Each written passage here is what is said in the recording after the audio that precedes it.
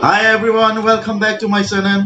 Ngasi ay Manipuri Song masaksage isay imamina Angouba Leichil. Karigumma ina isay se sakwa matamda suway kibalaan dito mayam sinapiyo. Okay, mayam partners.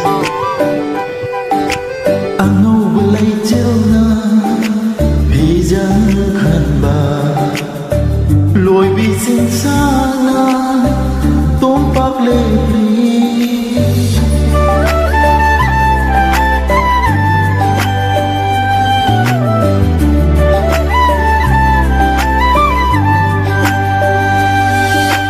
Angouba Leichil na bijang khanba loi bi sin sana tumpak lepli ai khoi ani gi tau bo ye ai khoi ani gi tau bo ye asan ba nau na giờ đây thong ba ta na san to ba lam hang na phali ai khoi ani gi wari bo tari ai khoi ani gi wari bo tari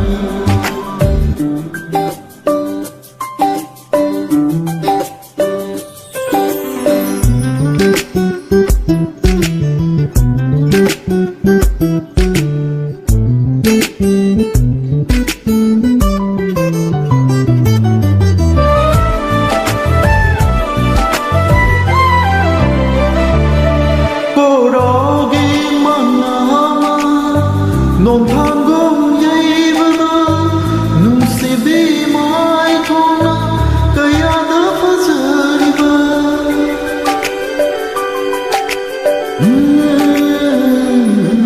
pora gi mana mai thong gom dây vana nung si bi mai thona kaya da fazari ba loi sen ke da pa mo dây nuon han na mi ko se loi sen kre de pa mo se nuon han na puk se ai khoi ani gi wari bo tari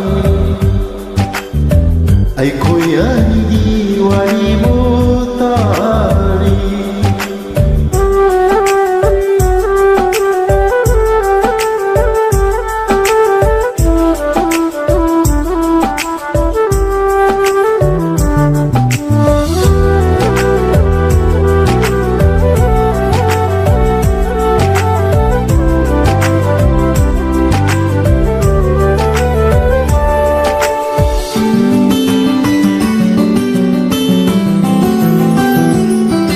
Atiyagum pakna mapam simba nung si bay mit ye on thok na lumi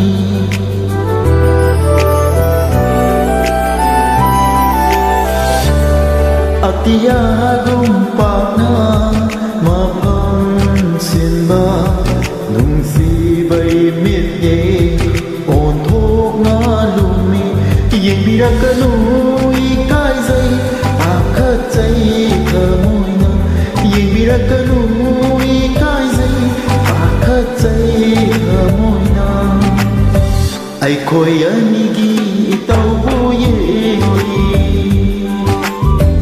ai khoi ani gi tau bo ye ai khoi ani gi wari bo